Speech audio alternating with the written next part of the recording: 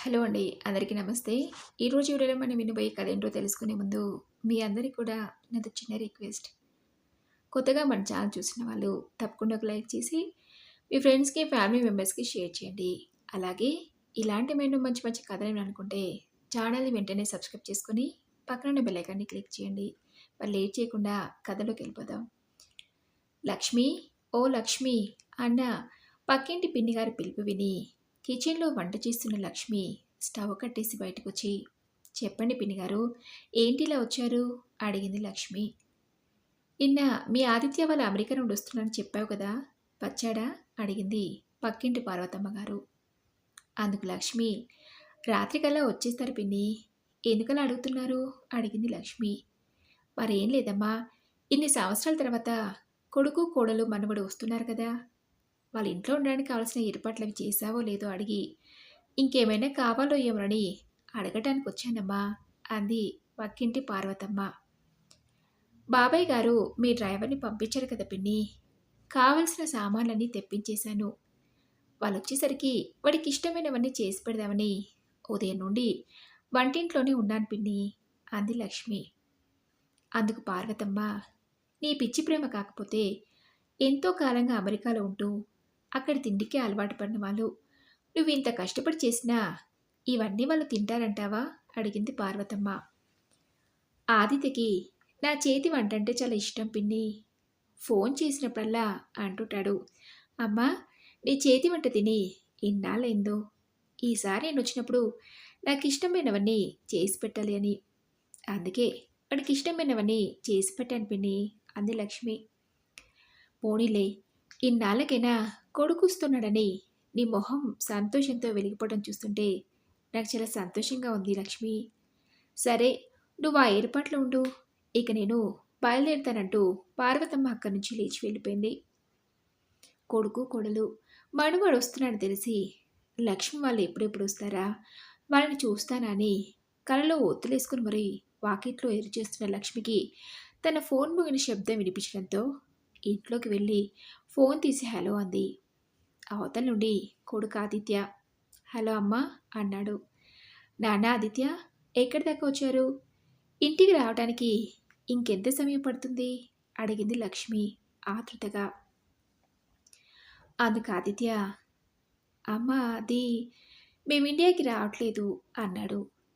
కొడుకు మాటలు విన్న లక్ష్మికి గుండె అయినంత పడైంది. అదేంట్రా, ఈరోజు రాత్రికి వస్తామని చెప్పి వారం క్రితమే ఫోన్ చేసావు కదా, ఇంతలోనే మళ్ళీ ఏమైంది అడిగింది లక్ష్మి బాధగా. మేము వద్దామనే బయలుదేరామమ్మా, ఇంతలో రజని వాళ్ళ నాన్నకు ఒంట్లో బాగా లేకపోవడంతో హాస్పిటల్లో చేర్పించాం. వారం రోజులు హాస్పిటల్లోనే ఉండాలంటేను చేసేదేమీ లేక టికెట్స్ క్యాన్సిల్ చేసుకున్నాం. ఈసారి సెలవులకి తప్పకుండా ఇండియాకు వస్తాం, సరేనా అని ఫోన్ పెట్టేశాడు ఆదిత్య, తల్లి నుండి వచ్చే సమాధానం ఏదీ వినకుండానే. ఇన్ని సంవత్సరాల తర్వాత కొడుకుని కోడల్ని వాడి పిల్లని చూడబోతున్న సంతోషంతో ఆశగా ఎదురుచూస్తున్న లక్ష్మి ఈసారి కూడా కొడుకు రావట్లేదనే వార్త తెలిసి తట్టుకోలేకపోయింది. కొడుకుని కల్లారా చూసుకొని ఆప్యాయంగా దగ్గర తీసుకుని ముడిసిపోవాలనుకున్న లక్ష్మికి ఈసారి కూడా నిరాశ ఎదురైంది. వంటింట్లోకి వెళ్ళి కొడుకు కోసం చేసిన వంటల కేసు చూసి బోర్ను ఏడ్చింది. కొడుకు రావట్లేదనే వార్త తెలిసినప్పటి నుండి గుండెల నుండి తన్నుకొస్తున్న దుఃఖాన్ని ఎంత ఆపుకోవాలని ప్రయత్నం చేసినా ఆగట్లేదు. నేను బ్రతికుండగా ఒక్కసారైనా నా కొడుకుని ఈ రెండు కళ్ళతో చూస్తాడని నమ్మకం నాకు లేదు అంటూ ఓ మూలన కూర్చుని బాధపడుతున్న లక్ష్మికి ఒకసారిగా తన గతమంతా కళ్ళ ముందు కదలాడింది. లక్ష్మి ఎంఏ పూర్తి చేసి గవర్నమెంట్ స్కూల్లో టీచర్గా ఉద్యోగం సంపాదించింది. ఉద్యోగంలో చేరిన సంవత్సరానికే తనతో పాటు అదే స్కూల్లో పనిచేసే రఘురామ్ని ప్రేమించి వాళ్ళిద్దరూ పెళ్లి చేసుకోని నిర్ణయించుకుని పెద్దలతో విషయం చెప్పగా అందుకు లక్ష్మి రఘురామ్ ఇరు కుటుంబాల వాళ్ళు నిరాకరించారు. కానీ లక్ష్మి పెళ్లి చేసుకుంటే రఘురామ్ని చేసుకుంటానని పట్టుబట్టి రఘురామ్ని పెళ్లి చేసుకుంది. అయితే తల్లిదండ్రుల కోపం పిల్లల మీద ఎంతో కాలం ఉండదు కదా. పెళ్ళైన సంవత్సరానికే లక్ష్మికి బాబు పుట్టడంతో రఘురామ్ తల్లిదండ్రులు అటు లక్ష్మి తల్లిదండ్రులు రాకపోకలు సాగించారు. కొన్నాళ్లకు రఘురాం తల్లిదండ్రులకు వయసు మీద పట్టంతో కొడుకు దగ్గరికి వచ్చిన్నారు. లక్ష్మి తన అత్తామామలను కన్న తల్లిదండ్రులా చూసుకునేది. మనవడి ముద్దు ముచ్చట చూసుకుంటూ కొడుకు కోడల దగ్గర సంతోషంగా కాలం గడుపుతున్నారు రఘురాం తల్లిదండ్రులు.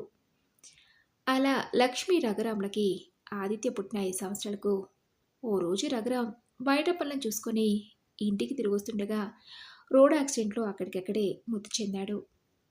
ప్రాణంగా ప్రేమించిన భర్త ఇక లేడనే విషయాన్ని లక్ష్మి జీర్ణించుకోలేకపోయింది. కొడుకుని పెంచి పెద్ద చేసే బాధ్యతతో పాటు అత్తమామల బాధ్యత కూడా లక్ష్మిదే కావడంతో గుండె నిబ్బరం చేసుకొని కుటుంబ బాధ్యతలు నెట్టుకొచ్చింది. కొడుకు ఆదిత్యని బాగా చదివించి ప్రయోజకుని చేయాలనుకుంది లక్ష్మి. ఆదిత్య చిన్నప్పటి నుండి చదువులో ఎప్పుడూ ముందుండేవాడు. కాలం గిర్న తిరిగి ఆదిత్య చూస్తుండగానే ఇంటర్ పూర్తయింది. ఎంసెట్లో కూడా మంచి ర్యాంక్ రావడంతో ఇంజనీరింగ్ కూడా పూర్తి చేశాడు. కాలేజీ రోజు నుండే ఆదిత్యకి అమెరికా వెళ్ళి ఎంఎస్ చేయాలనే ఆశ ఉండటంతో తల్లిని అడిగాడు, అమ్మ నేను యుఎస్ వెళ్ళి ఎంఎస్ చేయాలనుకుంటున్నానని. అందుకు లక్ష్మి ససేమిరా అంది. ఒక్కగానొక్క కొడుకువి, నువ్వు దూరంగా ఉంటే నేను తట్టుకోలేను, ఇక్కడే ఉండి ఏదైనా ఉద్యోగం చేసుకోరా అంది. అందుకు ఆదిత్య, చదువు పూర్తయ్యాక ఇండియాకి వచ్చేస్తానమ్మా, ఆ తర్వాత ఇక్కడే ఉద్యోగం చేస్తా అని నచ్చి చెప్పడంతో లక్ష్మి కొడుకు ఇష్టాన్ని కాదనలేకపోయింది. కొడుకును అమెరికాకు పంపించడానికి అన్ని ఏర్పాట్లు చేసింది. ఆదిత్య అమెరికాకు వెళ్తూ, ఎంఎస్ అవ్వగానే ఇండియాకి తిరిగి వస్తానమ్మా, నువ్వు నానమ్మ తాతయ్య జాగ్రత్త, నా మీద బెంగ పెట్టుకుని నీ ఆరోగ్యం పాడు చేసుకోకు అని చెప్పి ఆదిత్య అమెరికాకి వెళ్ళిపోయాడు. ఆదిత్య అమెరికాకి వెళ్ళిన కొంతకాలానికే వయసు మీద పట్టడంలో వచ్చే ఆరోగ్య సమస్యలతో లక్ష్మి మామగారు కాలం చేశారు. అప్పటికింకా లక్ష్మికి 2 సంవత్సరాల సమయం ఉంది రిటైర్మెంట్కి. ఈలోగా ఆదిత్య ఎంఎస్ అయిపోయి ఇండియాకి తిరిగి వచ్చేస్తాడు. మంచి సంబంధం చూసి పెళ్లి చేయాలనుకుంది లక్ష్మి. అలా 2 సంవత్సరాలు గడిచిపోయి లక్ష్మి రిటైర్ అయ్యి తన అత్తగారిని చూసుకుంటూ ఇంటి పట్టునే ఉంటుంది. ఓ రోజు ఆదిత్య అమెరికా నుండి ఫోన్ చేసినప్పుడు, ఇండియాకి ఎప్పుడు బయలుదేరుతున్నావు ఆదిత్య అడిగింది లక్ష్మి. తల్లి మాటలకు ఆదిత్య, అమ్మ యుఎస్లో ఎంఎస్ చేసిన వారికి ఇక్కడ మంచి ఉద్యోగ అవకాశాలు ఉన్నాయి, అందుకని కొన్నాళ్ళు ఇక్కడే ఉండి ఉద్యోగం చేసి ఆ తర్వాత ఇండియాకు వద్దాం అనుకుంటున్నాను అని చెప్పాడు. ఈసారి కొడుకు మాటలకి ఏం మాట్లాడాలో లక్ష్మికి అర్థం కాలేదు. సరే నీ ఇష్టం అంది. అలా కొంతకాలం గడిచాక లక్ష్మి అత్తగారు ఓ రోజు, లక్ష్మి నేను పోయేలోపు మన ఆదిత్య పెళ్లి జరిగితే చూడాలందమ్మా అడిగింది. అందుకు లక్ష్మి తన అత్తగారు చెప్తే కానీ ఆదిత్య పెళ్ళి వాళ్ళ నాన్నమ్మ బ్రతికున్నప్పుడు చేయాలనే ఆలోచన నాకు రానేలేదు అనుకుని అత్తగారు అన్నదే ఆలస్యం ఆదిత్యకి ఫోన్ చేసి పెళ్లి ప్రస్తావన తెచ్చింది. అందుకు ఆదిత్య, అమ్మ నేను ఇక్కడే ఒక అమ్మాయిని ప్రేమించాను, తననే పెళ్లి చేసుకోవాలనుకుంటున్నాను అని చెప్పాడు. లక్ష్మికి ఈసారి కూడా కొడుకు జీవితానికి సంబంధించిన ముఖ్యమైన విషయంలో కూడా నిర్ణయం తీసుకునే అవకాశం నాకు రాలేదని మనసులో బాధపడి ఆదిత్య ఇష్టానికి అడ్డు చెప్పలేదు. మీ నాన్నమ్మకి వయసు అయిపోతుందిరా, తను మనల్ని విడిచి వెళ్ళేలోపే నీ పెళ్ళి చూడాలని ఆశపడుతుంది అని చెప్పడంతో ఆదిత్య తను ప్రేమించిన అమ్మాయిని తీసుకొని ఇండియాకు వచ్చాడు. ఆదిత్య చేసుకోబోయే అమ్మాయి కుటుంబం అంతా చాలా కాలం క్రితమే అమెరికాలో స్థిరపడ్డారు. అమ్మాయి తల్లిదండ్రులు కూడా రావడంతో మంచి ముహూర్తం చూసి లక్ష్మి ఆదిత్య పెళ్లి జరిపించింది. పెళ్ళయ్యాక 4 రోజులు ఇండియాలో ఉండి తిరిగి అంతా అమెరికాకు వెళ్ళిపోయారు. ఆ తర్వాత కొంతకాలానికి లక్ష్మి అత్తగారు అనారోగ్యంతో కాలం చేసింది. ఆ కార్యక్రమాలను కూడా లక్ష్మి ఒకతే దగ్గరుండి చూసుకుంది. లక్ష్మి తన కళ ముందే ఒక్కొక్కరు దూరం అవుతుంటే చూసి తట్టుకోలేకపోయింది. ఎన్ని కష్టాలు వచ్చినా కాలానికి ఎదురు ఇదక తప్పదు కదా. ఒంటరి దానిన్న తనని కొడుకు అమెరికా తీసుకెళ్తాడని ఆశగా ఎదురు చూసింది. దోరు తెచ్చి ఒక రోజైనా కొడుకు, అమ్మా నువ్వు నాతో పాటు అమెరికాకి రావచ్చు కదా అని అడగలేదు. లక్ష్మి ఒంటరితనం భరించలేకపోయింది. జీవిత చరమాంకంలో కొడుకు కోడలు వాళ్ళ పిల్లలతో సంతోషంగా గడపాలనుకుంది.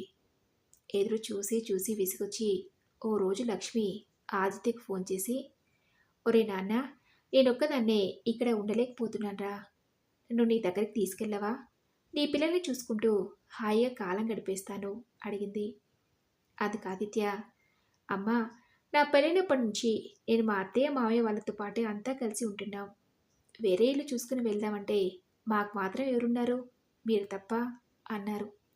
రజని వాళ్ళకు ఒకతే కూతురవడంతో నేను అందుకు కాదనలేకపోయాను. మా అందరితో కలిసి ఉండటం నీకు ఇష్టమైతే చెప్పమ్మా, నువ్వు అమెరికాకి రావడానికి కావలసిన ఏర్పాట్లు పూర్తి చేస్తానన్నాడు. కొడుకలా అనేసరికి లక్ష్మికి ఏం మాట్లాడకుండా మౌనంగా ఉండిపోయింది. ఆ తర్వాత ఒకరోజు లక్ష్మిని ఫోన్ చేసి, ఒరే నాన్న, నేను అమెరికాకి రాలేను కానీ నువ్వే సంవత్సరానికి ఒకసారైనా ఈ అమ్మని చూడటానికి వస్తావా అడిగింది. ఆదిత్య సరే అని సంవత్సరానికి ఒకసారి తల్లిని చూడటానికి ఇండియాకొచ్చి ఓ వారం 10 రోజులు గడిపి తిరిగి అమెరికాకి వెళ్ళిపోయేవాడు. అలా 2-3 సార్లు ఇండియాకొచ్చి వెళ్ళిన ఆదిత్య కొంతకాలంగా రావడమే మానేశాడు. చాలా కాలంగా కొడుకు రాకపోయేసరికి లక్ష్మికి తన కొడుకును చూడాలనిపించింది. ఓ రోజు ఫోన్ చేసి, ఆదిత్య, రాను రాను ఈ అమ్మను పూర్తిగా మర్చిపోతున్నట్టు అనిపిస్తుంది. ఇదివరకులా రావడం లేదేంటి అడిగింది. తల్లి మాటలకు ఆదిత్య, అది అమ్మ, పని ఒత్తిడిలో పడి రాలేకపోతున్నాను. నువ్వెన్నాలని ఇలా ఒంటరిగా ఉంటావు? నాదో ఆలోచన, చెప్తే ఏమనుకో కదా అడిగాడు. ఏంటో చెప్పరా అడిగింది లక్ష్మి. అమ్మా, ఈ వయసులో ఒంటరిగా ఉంటూ ఇబ్బంది పడటం కంటే నీ వయసు వాళ్ళతో కబుర్లు చెప్పుకుంటూ కాలక్షేపం చేస్తూ ఏదైనా ఓల్డేజ్ హోమ్లో ఉండొచ్చు కదా అన్నాడు. అందుకు లక్ష్మి మనసు చివుక్కుమంది. అంటే రాను రాను వీడు పూర్తిగా నన్ను చూడటానికి రాలేననే కదా అలా అంటున్నాడు అని తన మనసులో అనుకుని, లేదురా, నేను ఒంటరిగా అయినా పర్వాలేదు, మన ఇంట్లోనే ఉంటాను కానీ ఓల్డేజ్ హోమ్కి వెళ్ళను అంది.